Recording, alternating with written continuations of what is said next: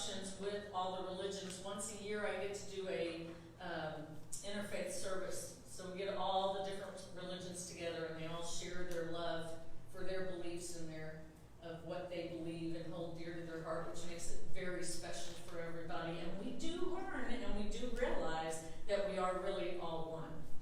When is that? I don't have one scheduled, but as soon as I know, I'll let you know. I'm in the process of scheduling it in Dallas right now, but we'll see. I'll let you know. So, I am so glad to be back here. Now, I came across this book, this cool little book that I wrote. This cool little book. You guys, I have worked on writing a book for 100 years and never did anything with it. And then I came across this woman on a webpage in Facebook, and she got me. And I spent a number of times, about 3 months in Virginia, processing with her for about 9 months, and a baby was born. It's going nationwide this month, and I do a red carpet walk November with Barnes & Nobles and the publisher out of New York. I'll be in Nashville doing a red carpet walk. I'm not selling it, but I'm just saying it's been huge. So does anybody know Tim Madigan? Does that name sound familiar to you? Yeah, he spoke here. Yeah, isn't he awesome? I just love him. Tim Madigan was a reporter for the Fort Worth Star-Telegram for many years, and one of his interviews that he had to do or was asked to do was to go meet Fred Rogers. And so we went and met good old Fred Rogers, and they became best friends. And he wrote a book called I'm Proud of You, and it's his relationship with Fred Rogers up to the day he died, and it's absolutely amazing. If you ever get a chance to read that book or anything that Tim has written, it's very powerful. So at some point I was asked to get somebody to write the foreword for my book. Do you know how freaking scary that is? You got to ask somebody special to do something for you. So I reached out to Tim, and he wrote my foreword, and I would like to share that with you. In the fall of 1995, I met and became close friends with Fred Rogers, the icon of children's television and one of our culture's secular saints. It was a time of great inner pain for me, and from the first, Fred tried to coax it out into the open. He called the pain my furies. Anything mentionable is manageable, he would say. Or he would quote his good friend, the great Catholic writer Henry Nouwen, who said, "What is most personal is most universal." In other words, my anger, my sadness, my depression, my shame was not something bad, but part of my humanity, and in fact, what I most shared with other members of my species. A year after we met, Fred sent me Henry's latest book, The Inner Voice of Love, A Journey Through Anguish to Freedom. It was his diary at the time Henry spent recovering from an emotional breakdown. Fred told me that he thought it was one of his friend's finest books because it was his most personal, which is often the most universal. I am reminded of those things now after reading another book, this one by Janet Ellis. I wish Fred could have read it too. He would be as grateful for it as I am. Janet, like Henry, has gently reminded us by telling her own amazing story what it truly means to be human, and that we are not bad because we suffer. We suffer because we are human. But the primal pain is unnecessarily compounded. One of the greatest of all human afflictions, I believe, is not the existential suffering, but the isolation and shame we feel as we work so hard to conceal the often messy truth of our insides for one another. Janet, like Henry and others, in what I think is a growing human movement toward authenticity, invites us out into the light to tell the truth about our lives.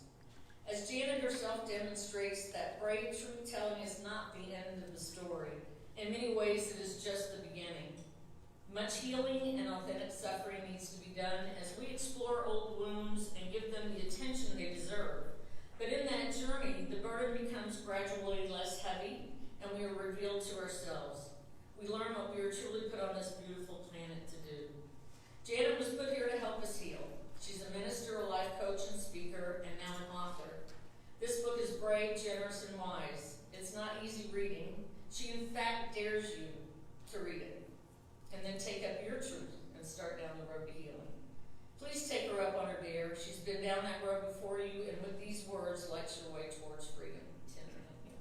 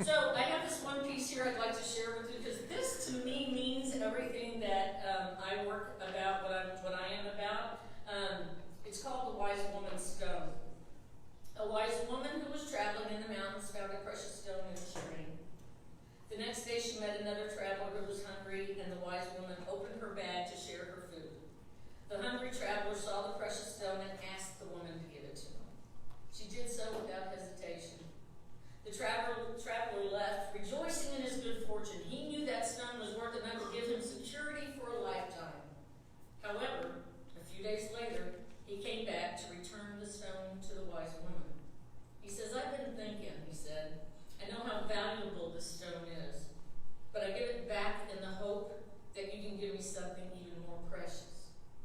Give me what you have within you that enabled you to give me this time. That's where I want to be. I don't know about you, but that's where I'd like to be. Yes. Yeah. So, in regards to, it says passion, purpose, and potential. The other part of that for me is transformation.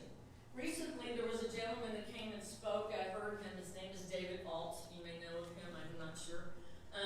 Never heard him before, but I heard great things about him. And one of the things, he shared just a tidbit. It does not matter how long I've been in New Thought. There's always something more to learn, right? No matter how long or how hard you've been working. So what happened was he's sitting there sharing his treasures and his beliefs and everything. And he talks about the difference between change and transformation. Have you ever thought about that? Is there a difference? Yeah. There is. Right. Never really thought about it, but there really is. Yeah, exactly. So, he says change is like we're hanging around a fence post, a fence line, and we talk amongst each other, and we visit, and then we would decide to go out and look a little bit farther, a little deeper, a little farther in what we want to learn. But eventually, we come back to the fence. We come back to those old behaviors that we have that are habitual behaviors that we've been doing forever that we don't even sometimes know that we're doing. That you don't know, that you don't know, that you don't know.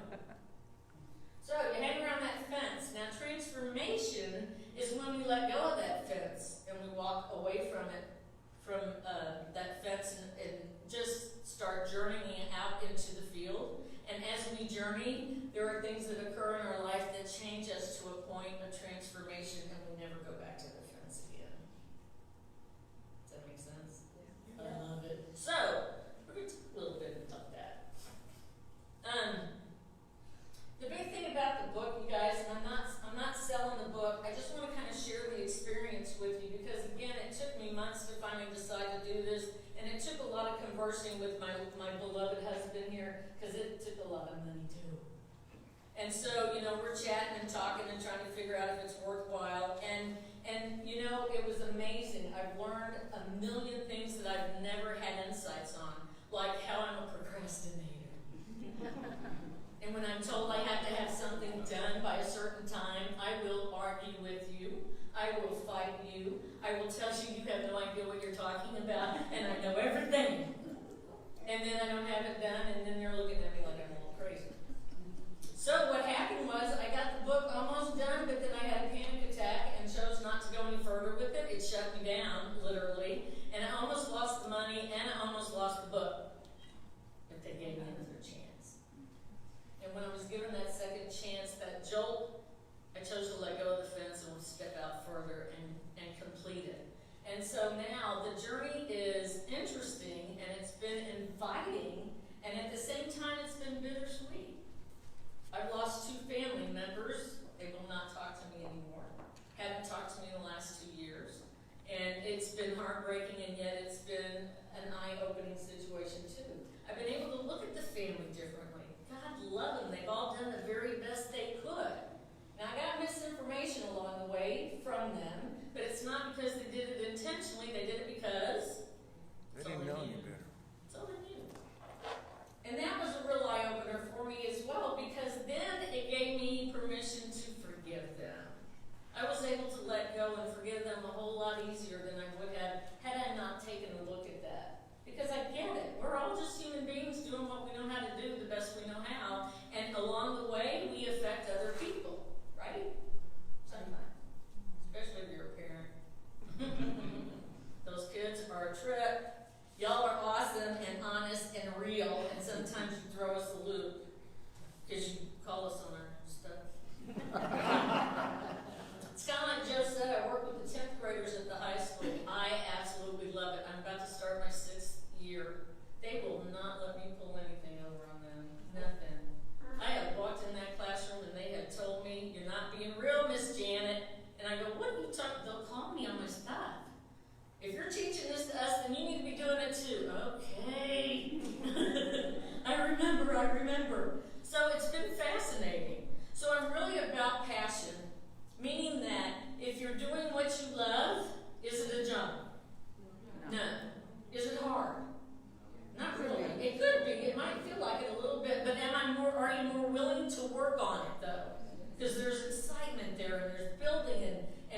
feeling that you're supposed to be doing something, right? Yeah. There are so many people out in the world today that are doing a job. I hear it all the time. Oh my God, I have a neighbor. I can't wait till I retire. The rate she's going, she might be dead before she retires. Because she's got a lot of physical stuff going on. Every day she comes home from work and she continues to tell me how bad it is. And I tell her, boy, I bet somebody else would love to have your job if you don't want it. And she'll turn around and walk into her house and not talk to me anymore. So it's real interesting how we really go through these cycles of not even being aware of what we're saying or how we're being or what we're doing. Again, it's that not knowing. We have those different steps. We know some, and then we work a little bit, and then we plateau. Oh my gosh, when I first got into Unity, I knew everything. I could teach y'all everything you needed to know. I could preach it, I could teach it. Was I doing it? No. I'm real no. Unless somebody's watching. Even women were watching. But I finally woke up. So the big piece is about just being awake to what is on your heart and what your purpose is here for being. Any age you are right now, however old you are, young, old, whatever, you are here for a reason. There is a reason you are here. You only have your special, unique self, these loving, wonderful people of Fort Worth and the world. You have a gift within you that is longing to be shared with everybody else. Longing. People out there needing you, needing your gift, wanting what you have. And they just sit back and wait and hope somebody shows up and does it for them because they don't know how. So, don't ever stop asking questions. Don't ever stop looking outward. It's been real interesting the past few months. I kept saying I'm hungry again. Well, I'm always physically hungry. I mean, spiritually hungry again. I'll eat anytime. But spiritually, I was hungry again. And I mean, I've been since 1986. Long time in Unity. And new thought. I've been there for, many years. Done many workshops. Heard many people talk. Paid lots of money. I swear if I go in my closet, pull out all my notebooks from all my workshops and laid it out and did everything they say, I'd be flying by now. Right? But tuck it back in that closet and go, I'll get back to it one day. So it's interesting. How much knowledge do you have? How much do you want to know? How much do you want to learn? Do you really, really want to go out in the world and be who you say you are? Or are you complacently sitting there going like, I've done what I'm supposed to and I'm good? Just asking, I don't know. For me, I got real complacent. Very complacent. And I've learned from it, and I'm still learning from it. Because there are moments where I'm a spitfire, and I'll go and I'll do everything I want to do, and I got speaking engagements lined up, and I got book signings going on, and then I'll go home and I'll sit there on the couch with my cat and my dog and say, I'm done. But I'm not. I'm just getting started. Yeah. But it's very scary. Especially when you have your own stuff to go out in the world and say, I know what I'm talking about. I have a book to show you. And I want to help people in the world. Because somebody might call me on it, and I want to make sure I know what I'm talking about. So, how brave are you? How passionate are you about what you say you are? How big is your want for you to go out there and pursue it no matter what anybody says? Oh, I got a good one. So there's a point in the program with the teens, okay? And I asked them, it's on the vision part of it. I have a list of names of individuals throughout history that has taught or done something magnificent and given their whole lives to that. Martin Luther King, President Kennedy, who else? Madam Curie? Yes. Yes. All those people. The Dalai Lama. Mother Teresa, Dalai Lama, right? All these people, and you know what the kids say to me? They're all dead. Yeah. Dalai Lama is not. I know. Well, we didn't mention Dalai Lama to the kids. And I said, okay, let me ask you, do you know who, let's see, who's that 14-year-old that saved France? Joan of Arc. I asked him, do you know who Joan of Arc is? No. She was 14. Okay. what'd you do? She saved France. She woke up one morning at 14 and decided she was going to get an army together and take it to France, save France and fight this war. And then she got burned at the stake. Y'all want to do that today? Oh, hell no. I can't even get them to wake up, much less do anything. So stop and think about that. I mean, they've got that passion in there. And again, they said, yeah, well, she got burned at the stake on something she loved to do. I'm not going there. And I said, that's not everybody dies. When you're living your passion, not everybody does. Those are just ones that I'm pointing out. So I asked them to name ones today. Of course, it's the rap artist and the, Beyonce, which I'm not sure about, but maybe. But anyway, if they're living their passion and they're being who they say they want to be, then it's awesome. And they're giving back to the world more than they ever realized. So many people today believe they're human doers, not human beings. And what I'm trying to get across to the kids and to myself and to others is that we are human beings. We are about being who we want to be on this earth. Who do you want to be? How do you want to show up? You got 15 minutes to tell somebody about you. What are you going to tell them? You got 6 months to live. What are you going to do with that 6 months? Stop and think about it. What would you be so passionate about that you would want to give your last breath to? And I'm not saying you're going to die if you get your purpose. That's not what I'm saying, but I'm saying you're willing to give anything and everything for it. Mine's authenticity. I'm all about being real. I don't know how to play games anymore. I don't want to play games. I want you to see me for me. You'll know when I'm angry. You'll know when I'm sad. You'll know when I'm happy. But you're going to get what I am and who I am and know that about me, because that is the most important thing for me. What is it for you? What is it in your life that you're willing to give everything for? So much so that you have to do this work alone because it's your work. Even if you're in a relationship, even if it's family members, if they are called to go off and do what they need to do because they have to follow their dream and their passion, and be okay with it. It's big, it's scary, and it's exciting. So you have this opportunity to be able to become bigger than Yourself. Thank you. Bigger than yourself. Bigger than you ever knew you could be. And the beauty of that, guys, is because once we become that, we are not so self-consumed into ourselves. We then want to go out and share it with others, right? There's that love and that passion. And it's... Just stop. I was going to say something, but I got to think about it for a minute. So many churches, so many spiritual centers, so many places I've gone to speak, and they swear by what they have is it. And if the world did what they have, then we'd all be great. And yet, that they have, they keep in their little environment. They don't take it out to the community. They don't do anything to change things. They don't take themselves out there and present themselves to the world and let them know about this place and what they're about. So I've gotten real excited lately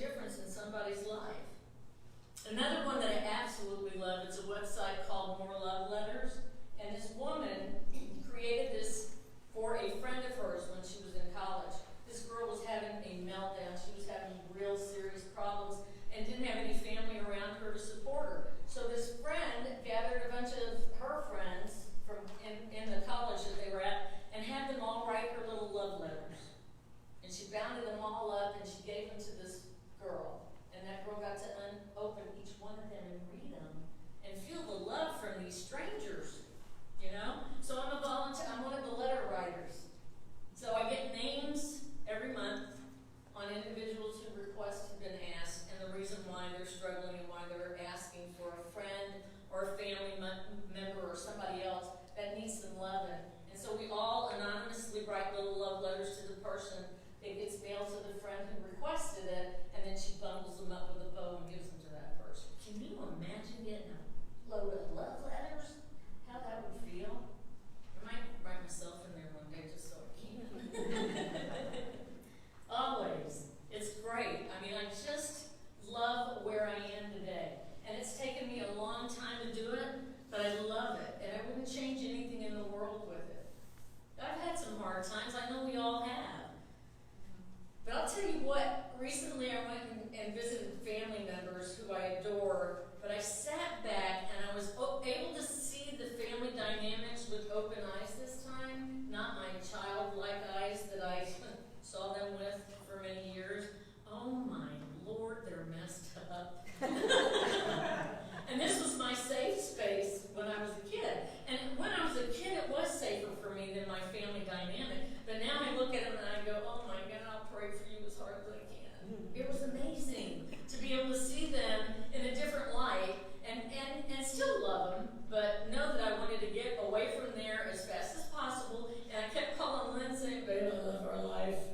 I love our life. Thank you. I love our life. I take mine over theirs anything. So just see where you are. Are you passionate about where you are? If not, talk to me. Stay after me. Do something. If there's a little inkling there for you. I have this mantra, 2 mantras, but this main one that I started with, you guys have heard the autobiography in 5 short chapters. It's an old one, but a good one. What? You ready? What is it? Autobiography in 5 short chapters. This is what I'm working on. And you are too, I know. I walk down the street, there is a deep hole in the sidewalk. I fall in. I am lost. I am helpless. It isn't my fault. It takes forever to find a way out. Chapter 2. I walk down the same street. There's a deep hole in the sidewalk. I still don't see it. I fall in again. I can't believe I'm in the same place. It isn't my fault. It still takes a long time to get in. Chapter 3. I walk down the same street. There's a deep hole in the sidewalk. I see it there. I still fall in. It's a habit. It's my fault. I know where I am and I get out immediately. I walk down the same street, chapter 4. There's a deep hole in the sidewalk. I walk around it. Chapter 5.